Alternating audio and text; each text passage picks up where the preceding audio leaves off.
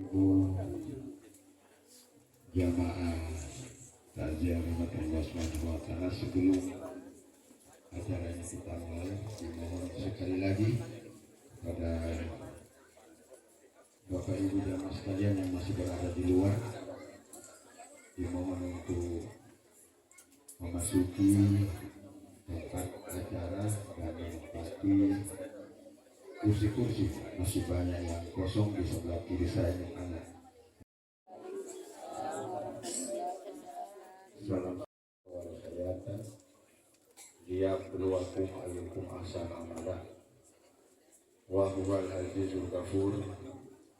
Asyhadu an la ilaha illallah wa asyhadu anna Muhammadan abduhu wa rasuluh. Inna lillahi wa inna ilaihi raji'un. Kullu nafsin dha'iqatul maut, summa ilaina turja'un. Dan alhamdulillah 4 orang masih dalam keadaan sehat walafiat. Allah Shallallahu Alaihi Wasallam kepada keluarga dan sahabatnya, dan insya Allah sampai kepada kita selaku umatnya yang sampai saat ini masih istiqamah. Adapun rangkaian acara takziah pada malam hari ini, yaitu yang pertama pembukaan, acara yang dan acara yang ketiga hikmah takziah, acara yang keempat sambutan mewakili keluarga yang berduka dengan jabat tangan sekaligus sebagai ungkapan turut berduka cita. Dari bila sejenak kita tundukkan kepala sambil mendengarkan pembacaan ayat suci Al-Quran yang akan dibacakan yang kami hormati Al-Ustadz Fahmi Udoko. Kepada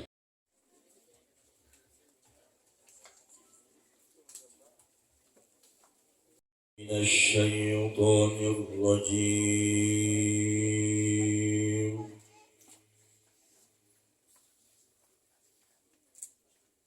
Bismillahirrahmanirrahim.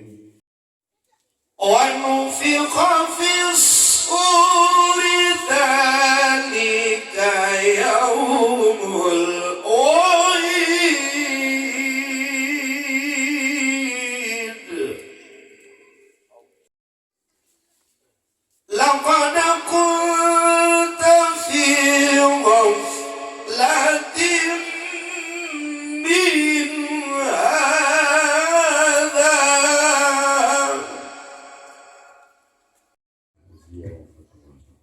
semoga dengan pembacaan kalam-Ilahi tadi senantiasa kita mendapatkan petunjuk dan rahmat serta hidayah dari Allah Subhanahu wa taala.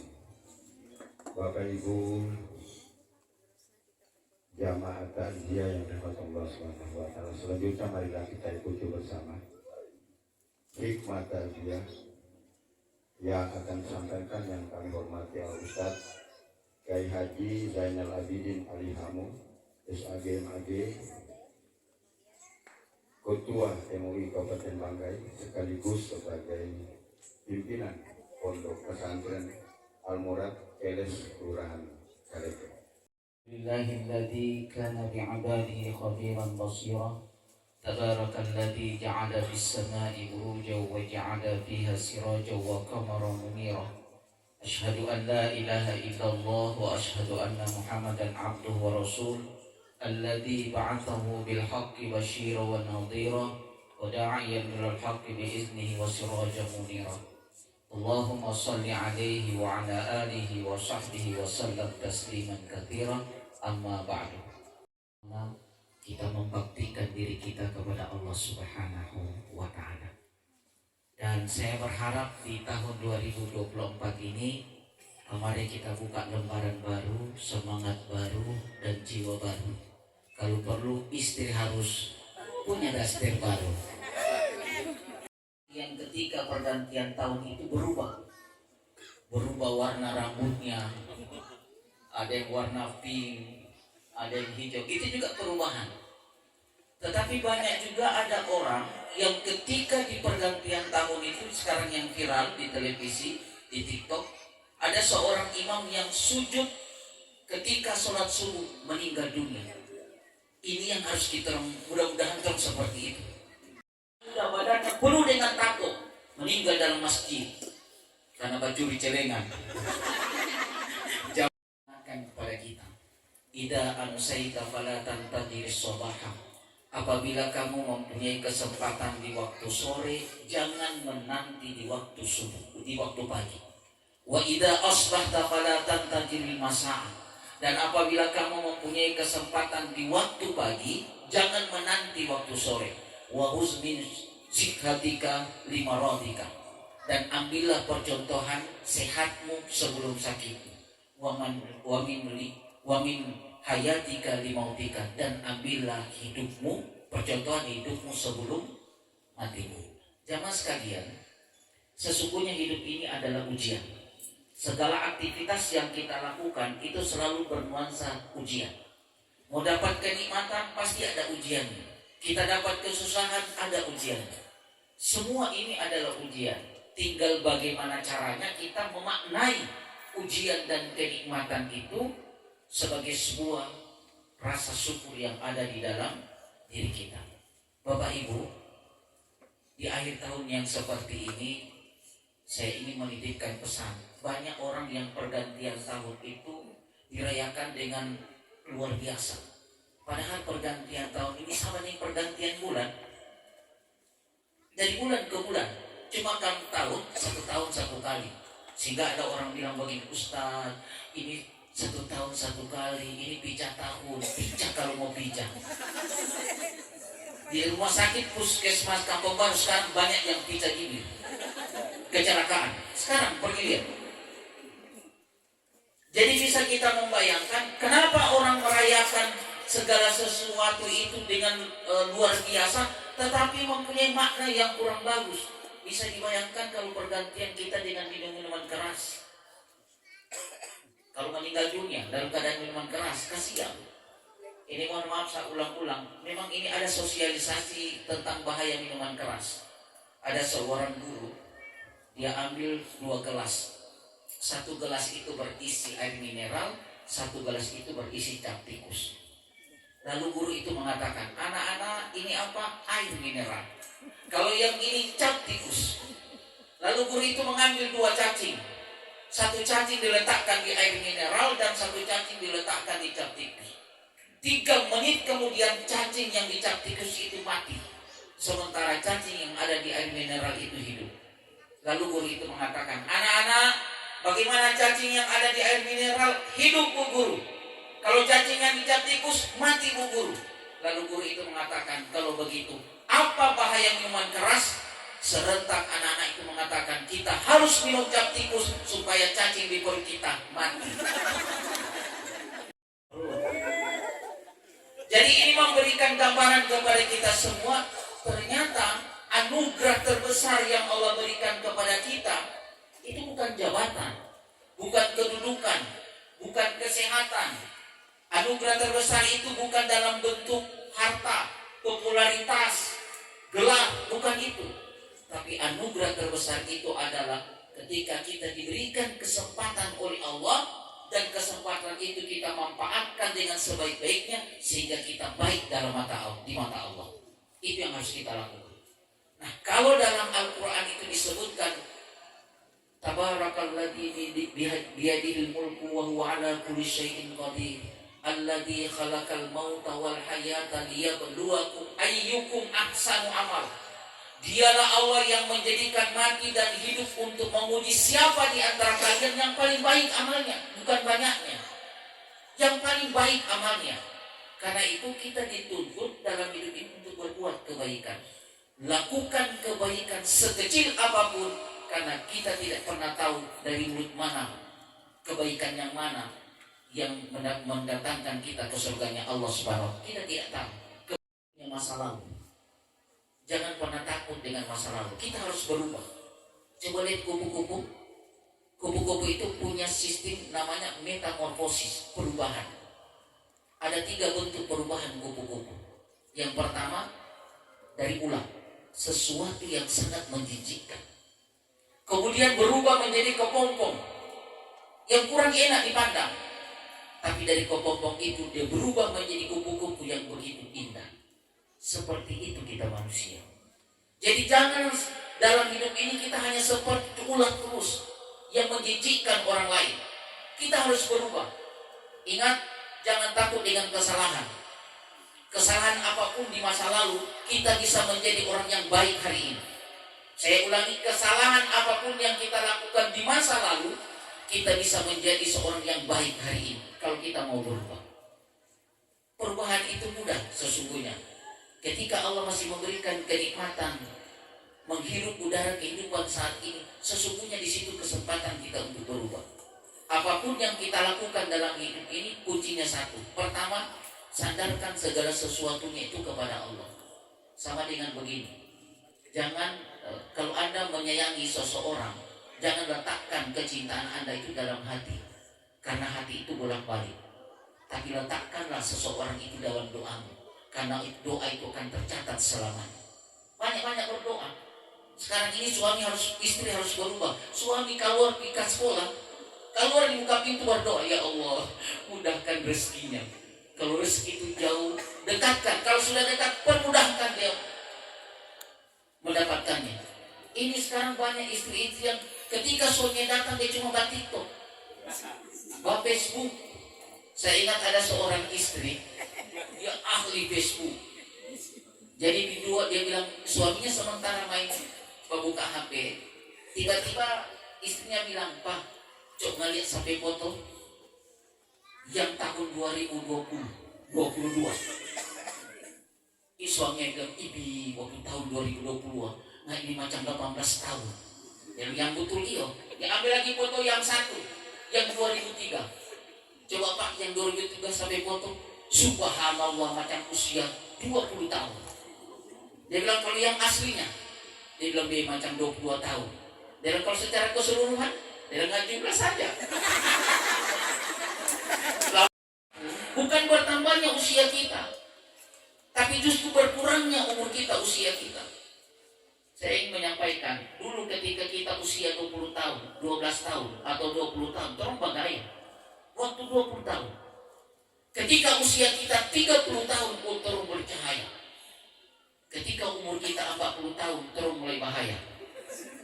50 tahun, terang kadang-kadang jadi buaya. 60 tahun, tekor daya. Apa yang kita membanggakan dengan umur?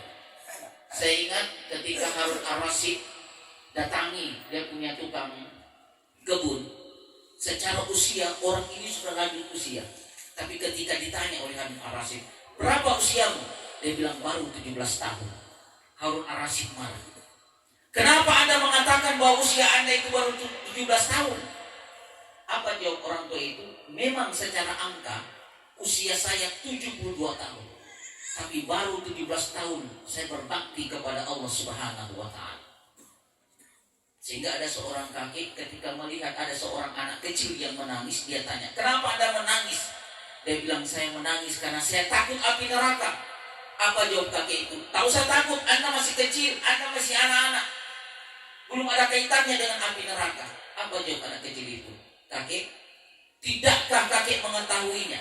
Ketika kakek akan menyalakan api, yang kakek ambil adalah ranting-ranting kecil. Setelah api itu menyala, baru kakek ambil kayu-kayu yang besar. Bukankah aku ini adalah ranting-ranting kecil? Seorang kakek tadi langsung meneteskan air mata, mendapatkan nasihat dari seorang anak kecil.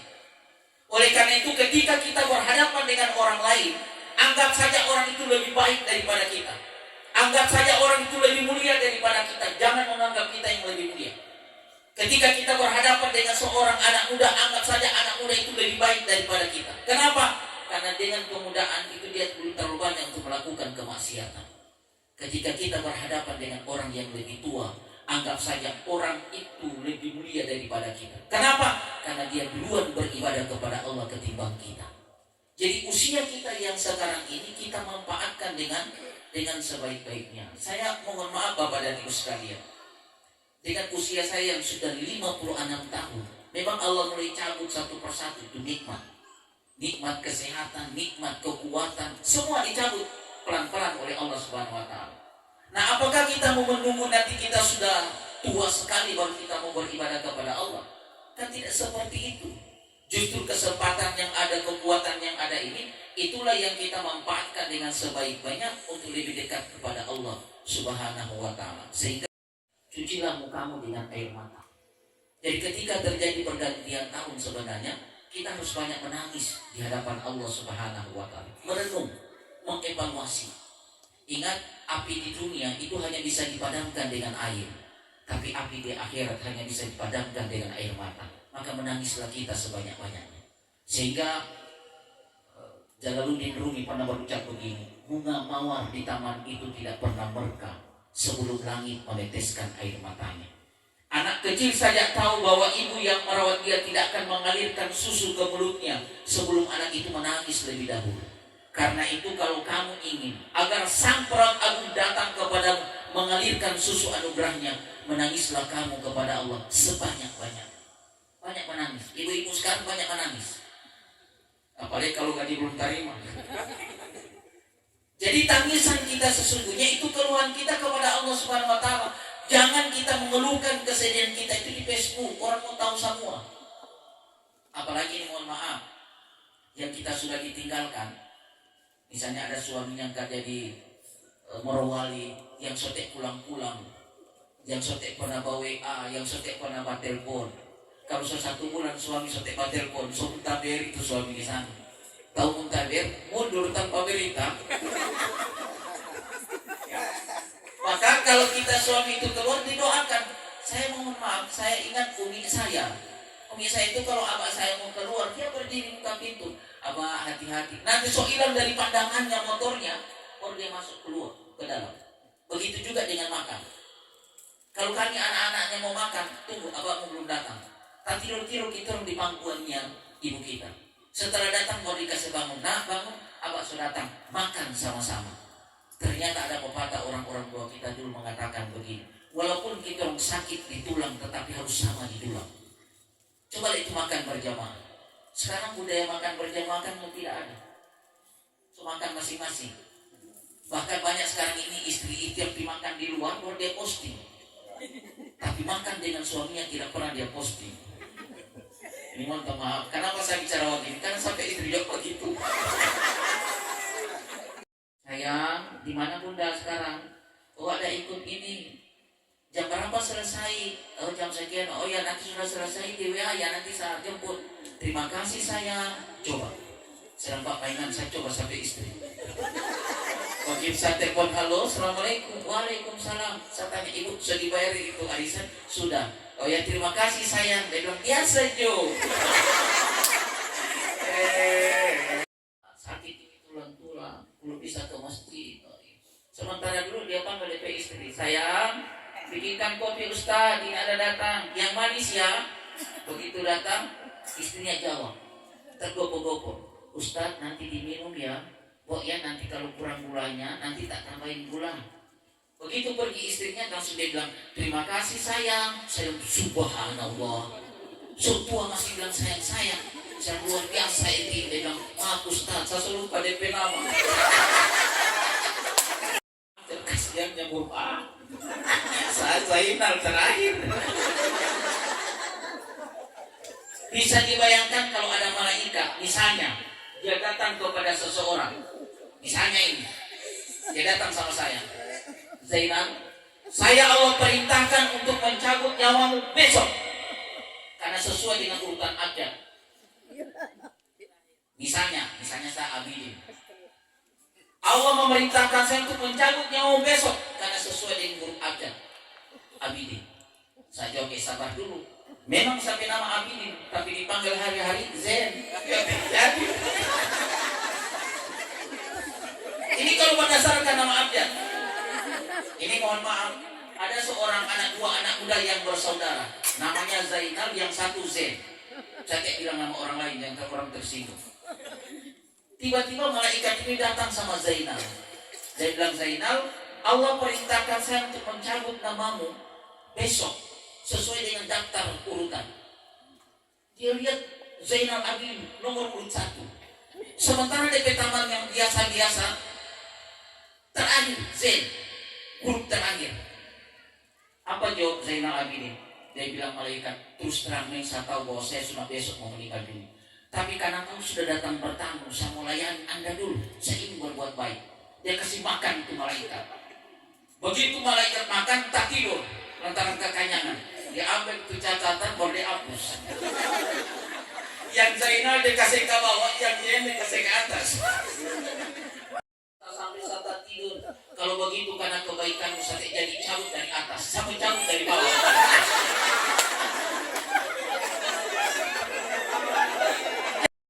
Kemarin dia masih di sini, kemarin masih baca cerita dengan saya.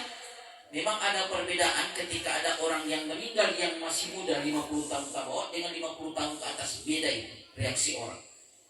Kalau ada yang usianya 50 tahun ke bawah, tiba-tiba kita dengar meninggal dunia, diumumkan di masjid, Inna lillahi wa inna ilaihi raji'un, telah berpulang ke rahmatullah almarhum bapak ini usia 45 tahun.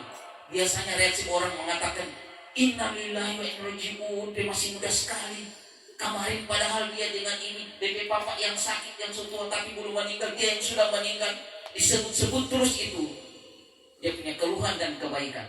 Tapi kalau yang sudah meninggal itu 70 tahun ke atas, diumumkan, Inna lillahi wa inna ilaihi raji'un, telah berpulang ke rahmatullah almarhum kakek kita yang tercinta, bapak Fulan bin Fulan usia 75 tahun. Orang bilang seboleh. Coba reaksi orang berbeda. Makanya yang namanya umur ini Bapak dan ajal ini, kita tidak tahu. Sesiap apapun persiapan kita menghadapi hari esok, kita tidak akan tahu di menit keberapa Allah akan mengambil kita. Sekarang saya parkir sebelah kiri mobil saya dengan mobil Agya. Ingat mobil Agya itu mobil 3M, murah meriah, mandiri kalau dikerjakan. Saya parkir, istri saya nyebrang. Sampai di seberang, tiba-tiba datang tronton hantam saya punya kaca spion mobil. Pecah, saya kaget, saya sementara di dalam. Saya teriak, Inna lillahi wa inna raji'un.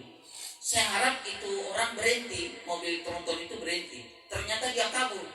Saya tahan ojek, kejar.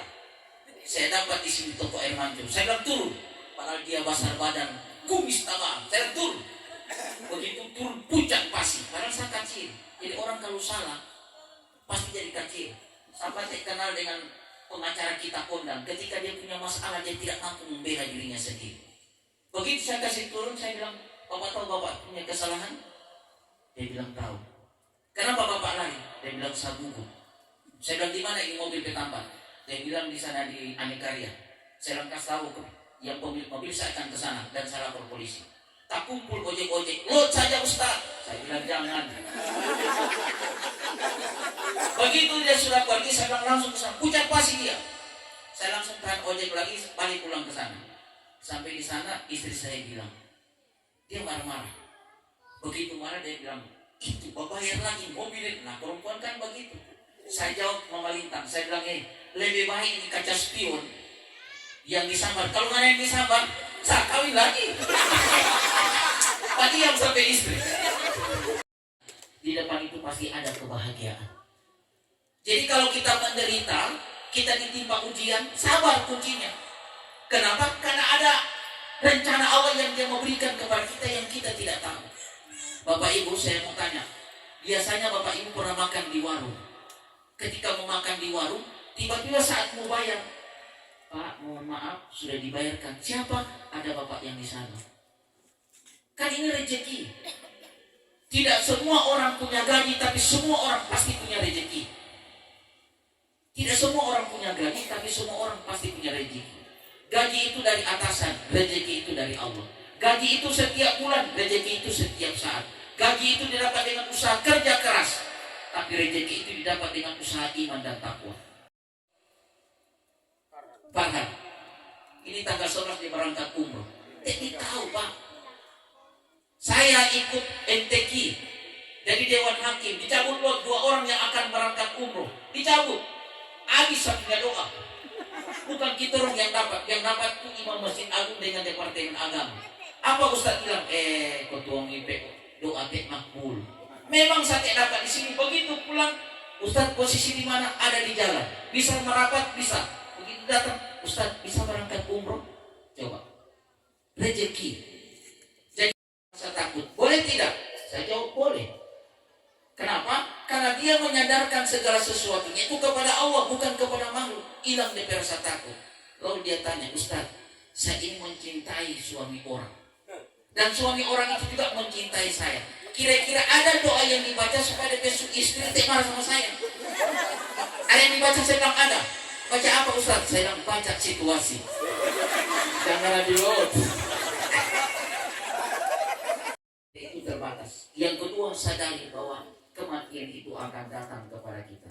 Jamaah sekalian yang sama dimuliakan oleh Allah Subhanahu wa taala, bagi keluarga yang ditinggalkan tidak ada jalan lain yang harus kita lakukan kecuali dengan bersabar. Kepergian almarhum bukan merupakan kebencian Allah, tapi ini merupakan kasih sayang dari Allah Subhanahu wa taala. Apapun yang kita lakukan hari ini merupakan sebuah pergiliran. Hari ini mungkin keluarga ini yang berduka, besok lagi mungkin di antara kita.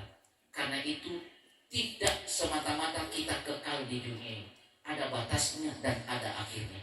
Maka jadikan kehidupan ini sebagai sarana kita untuk lebih dekat kepada Allah Subhanahu wa taala. Ingat, sesuatu yang dikejar dia akan lari, tapi sesuatu yang didoakan dia akan datang dengan sendirinya dengan izin Allah. Demikian yang dapat saya sampaikan. Terima kasih. Assalamualaikum warahmatullahi wabarakatuh. Amin. Assalatu wassalamu ala asrafil anbiya'i wal mursalin Sayyidina wa maulana Muhammadin wa ala alihi wa sahbihi ajma'in, amma ba'd. Yang kami hormati Pak Ustadz Zainal Abidin Alihamu, yang kami hormati keluarga besar SMA Negeri 3 Luwu yang hadir pada malam hari ini, Bapak Ibu jamaah takziah yang dirahmati Allah. Alhamdulillahirrahmanirrahim. Nantinya kami menyampaikan syukur kepada Allah SWT, karena hanya dengan izinnya lah sehingga kita semua masih diberikan nikmat sehat, masih diberikan nikmat sempat, sehingga masih bisa hadir memenuhi undangan kami keluarga pada acara takziah pada malam hari ini. Sampaikan melalui sambutan mewakili keluarga yang berduka yang dalam hal ini Ustadz Alihamu yang telah berkenan hadir pada malam hari ini memberikan nasihat-nasihat kepada kami khususnya keluarga dan juga kepada kita semua jamaah takziah yang hadir pada malam hari ini. Semoga dengan nasihat-nasihat dari Pak Ustadz ini bisa menguatkan keluarga di dalam menjalani ujian yang telah Allah berikan. Mungkin satu yang saya garis bawahi kesimpulan dari ceramah yang disampaikan tadi, bahwa kita semua harus sabar, harus bersyukur. Kalau diberikan ujian kita bersabar, dan kalau diberikan nikmat kita harus bersyukur. Dan ini mungkin adalah inti dari iman itu sendiri. Kemudian yang kedua, kami mengucapkan terima kasih yang sebesar-besarnya kepada Bapak Ibu jamaah takziah yang telah memenuhi undangan kami. Semoga dengan kehadiran Bapak Ibu ini bisa sedikit banyak memberikan hiburan kepada kami yang tengah berduka, yang sangat-sangat banyak kekurangan. Tentunya dengan persiapan kami yang sangat kurang mungkin, ataupun juga dengan kondisi tempat kegiatan ini yang barangkali kurang layak karena ini di lorong agak sempit-sempit, malah ada lagi yang ada di sebelah pagar. Kami atas nama keluarga mohon maaf yang sebesar-besarnya. Semoga Bapak Ibu berkenan memaafkan kekurangan-kekurangan kami. Kemudian yang paling terakhir, kami juga atas nama keluarga menyampaikan kepada kita semua, apabila almarhum om kami kalau ada sangkutan dalam hal ini, mungkin ada hutang piutang yang belum sempat terselesaikan dan kami keluarga tidak mengetahuinya, mohon disampaikan kepada kami agar perjalanan almarhum bisa lancar tanpa terkendala dengan sangkutan hutang piutang. Wassalamualaikum warahmatullahi wabarakatuh. Bermunajat kepada Allah Subhanahu wa Ta'ala seraya untuk mendoakan almarhum. Insya Allah almarhum mendapat ridha dari Allah Subhanahu wa Ta'ala, diterima semua amal ibadahnya, diampuni dosa-dosanya, dan dijadikan kuburannya menjadi taman-taman surga. أنكم تكذبون.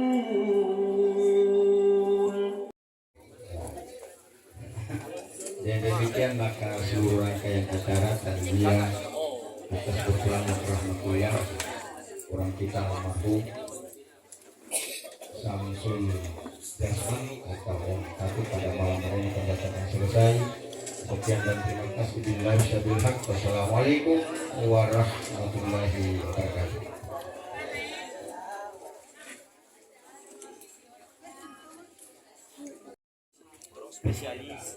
Disampaikan kepada jamaah saya, mohon maaf bahwa keluarga atau ibunda dari Ibu Haja Nusa, guru SMU Negeri Tigaluk, jadi ibundanya SMA Negeri Tigaluk, ibundanya yang pernah 2 malam barangkali dirawat di rumah sakit di ICU, jadi tidak sadar sampai telah berpulang ke rahmatullah pada malam hari ini ba'da isya barangkali.